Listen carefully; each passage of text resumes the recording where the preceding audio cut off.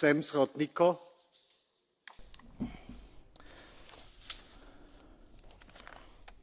Yeah.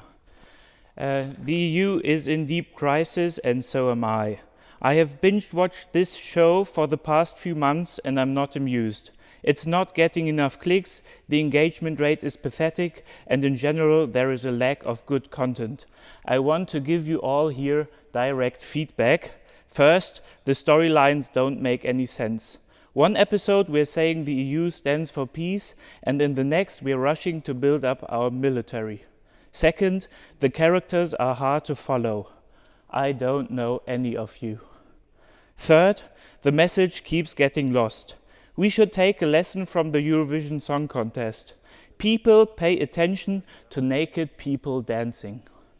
If ratings don't improve, the whole thing will soon be cancelled. We need to offer our audience something worth watching.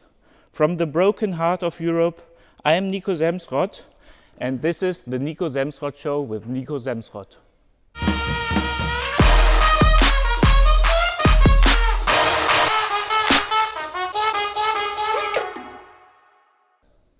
Danke. Thank you very much.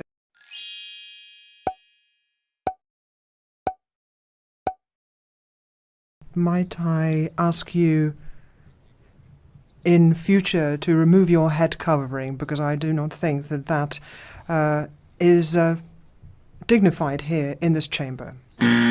Not dignified in this chamber? So let me get this straight.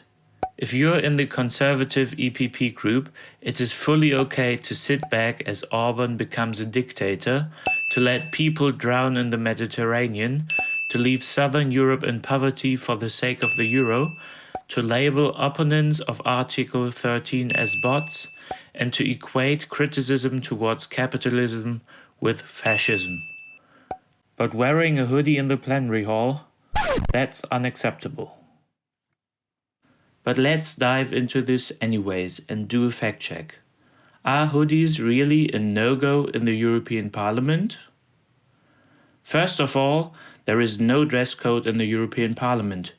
I know, because I checked during my electoral campaign. Of course it is okay to wear a hoodie. That's why nobody ever cared.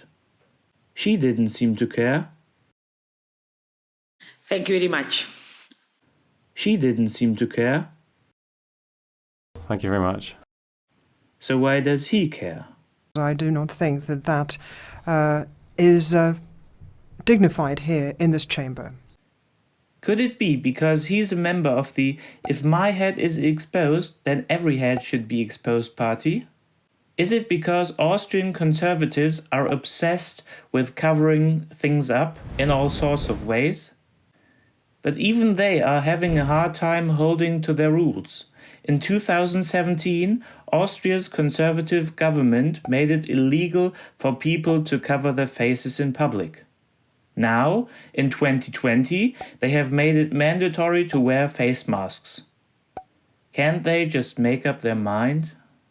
Maybe you're thinking, hey Nico, why even care about this guy's fabric fetish? Well, because this is no small matter. It was one of my central campaign promises to sit in the plenary with my hoodie on, and it was important for me to keep it. This was a reason people voted for me. So it was quite outrageous to be denied my freedom of expression precisely while exercising my freedom of expression. But that's not even the worst thing. What's worse is the blatant hypocrisy. Just one day after telling me to take my hood off, Mr. Karas sent this e-card to everybody in the parliament. A Christmas card depicting his entire team wearing hoods. I was shocked. So I kindly reminded Vice President Karas of his own words. Dear Mr. Karas, a hood violates the dignity of the parliament. We fixed it for you. I also wished him Merry Christmas. Sadly, he never replied. Willkommen, welcome, bienvenue, whatever that is in Slovenian. Once again, I am NICO SEMSROTT, and this is my Strasbourg Studio.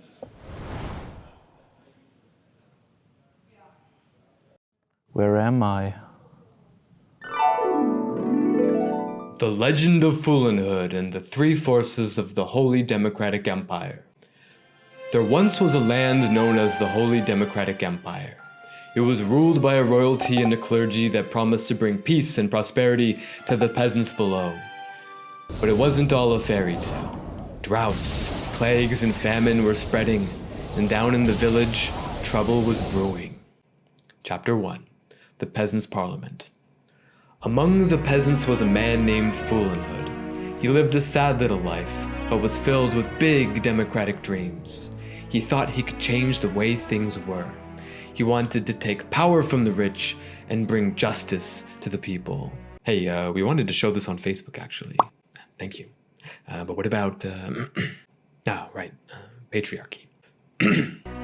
So Foolenhood got himself elected to the Peasants' Parliament. He assumed that, in a democracy, the parliament could be a powerful force for change. Oh, what a fool he was. Once inside, he saw only hateful idiots, pathetic bootlickers, and strange people like this.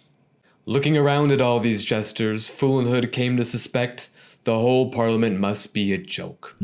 After all, it was only a peasants' parliament, and if the peasants wanted a law passed, they still had to beg the ones with real power, the clergy. Chapter 2. The Clergy. The clergy's power came from its mystic wisdom. Its head was appointed from on high, behind closed doors, like the Pope. Impressed by its magical powers, Foolenhood approached the clergy to ask for its help in taking power from the rich and bringing justice to the people. But the clergy refused, responding that it could only follow sacred texts that no one could change, except for one higher power that the clergy itself feared. Chapter 3. The Royalty. The kingdom was split into 27 principalities.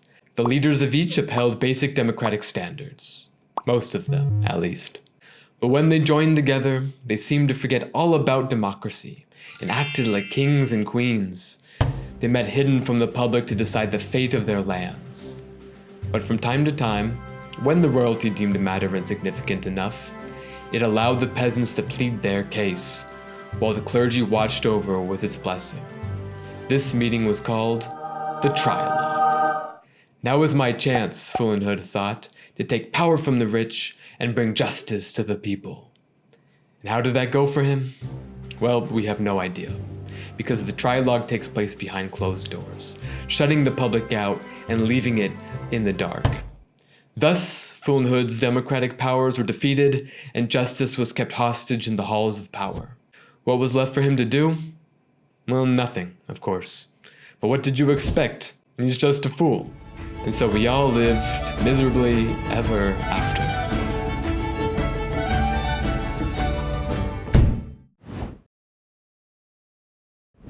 So, my first guest tonight is my next door neighbor, my sitting neighbor, Tineke Strik.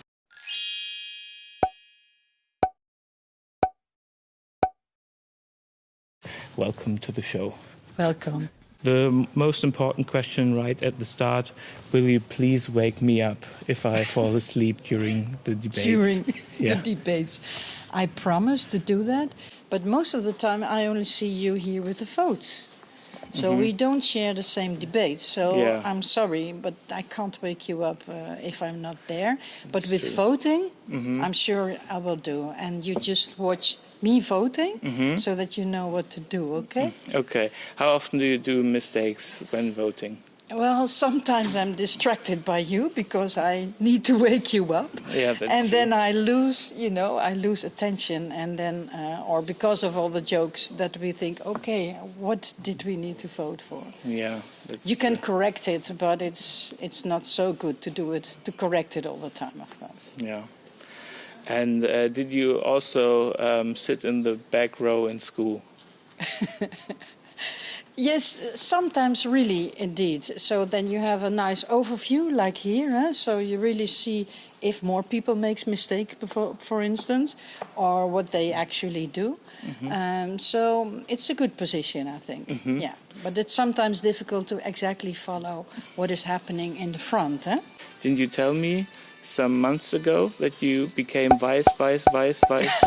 That's true. I became 7th vice president of the delegation on the ACP countries, African, Caribbean, and Pacific islands delegation. And how did you make it? I don't know. I was surprised myself as well. I did a lot of campaign, of course. Yeah. And I talked with all the voters. But still, in the end, it was a surprise to me also that I managed to get that far. Wow. Yeah. Congratulations. Yeah. Thank you. Thank you. And do you feel special to sit just next to me? I mean, you could sit everywhere, but you just sit here. I will never leave this seat now since that you are here. Okay. I really like the cooperation that we have, also the exercise that we do when we are voting, because sometimes you do this and then you do that. So and then you do this. And then you do this. Right. Yeah. So. And sometimes you're even getting up and clapping. And clap. Right. Or have a minute of silence, which is also an exercise in concentration, of course. So I think we are really a good team. I agree. You said there's a program that reminds you of that, what we do here, right? Exactly. It's called Nederland in Beweging, Die Nederlanden in Bewegung. It's for so that everyone can do exercises at home. So people give examples. And, it goes a bit further than this and this, but it's something, you know. You sit all day here, so this is something. In the Netherlands, I was member of the Senate, and there we had a system that you had to stand up if you are in favor of a law. That's even better, because then you have more exercise. Yeah, that would be good for us here as well, exactly. Right? Yeah. We could propose it. Yeah. We could ask the Commission, right? We wouldn't be allowed to decide it for ourselves.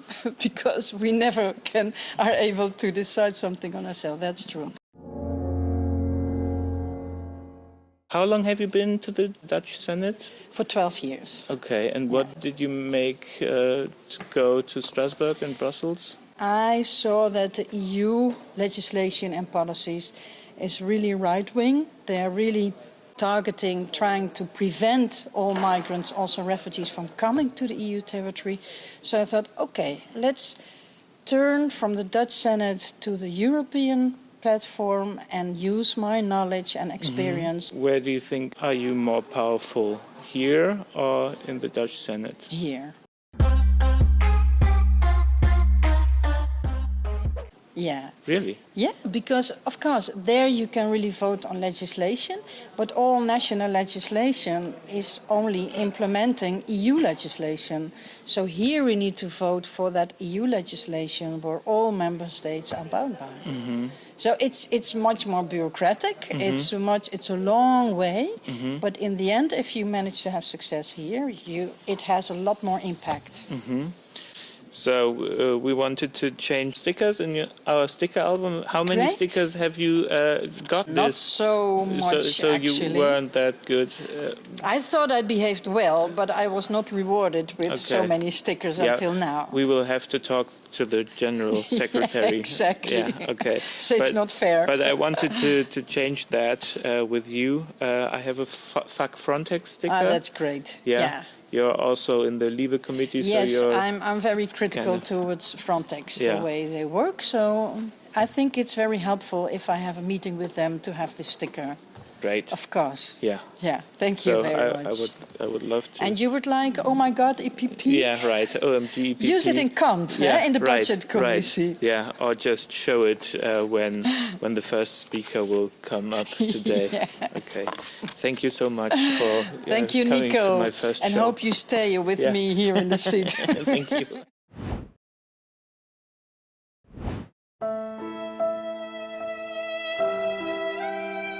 Und nachdem ich dann 2 Stunden lang nicht aufstehen konnte, weil der Welpe auf meinen Beinen eingeschlafen war, habe ich noch erfahren, dass das EU-Parlament kein Initiativrecht hat.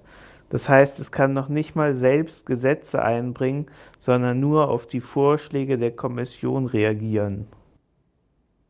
Was sagen Sie da, Dr. Schulz? Das Parlament kann nicht mal bestimmen, wer in der Kommission sitzt? Die Mitgliedstaaten bestimmen, wer Kommissar wird? Das ist ja deprimierend. Ja, oh Martin, du sagst es, da hilft wirklich nur Galgenhumor. Ich darf doch Martin sagen. Wie hast du das nur all die Jahre als Präsident dieses Parlaments ausgehalten? Ja klar, verstehe. Hast natürlich auch wieder recht.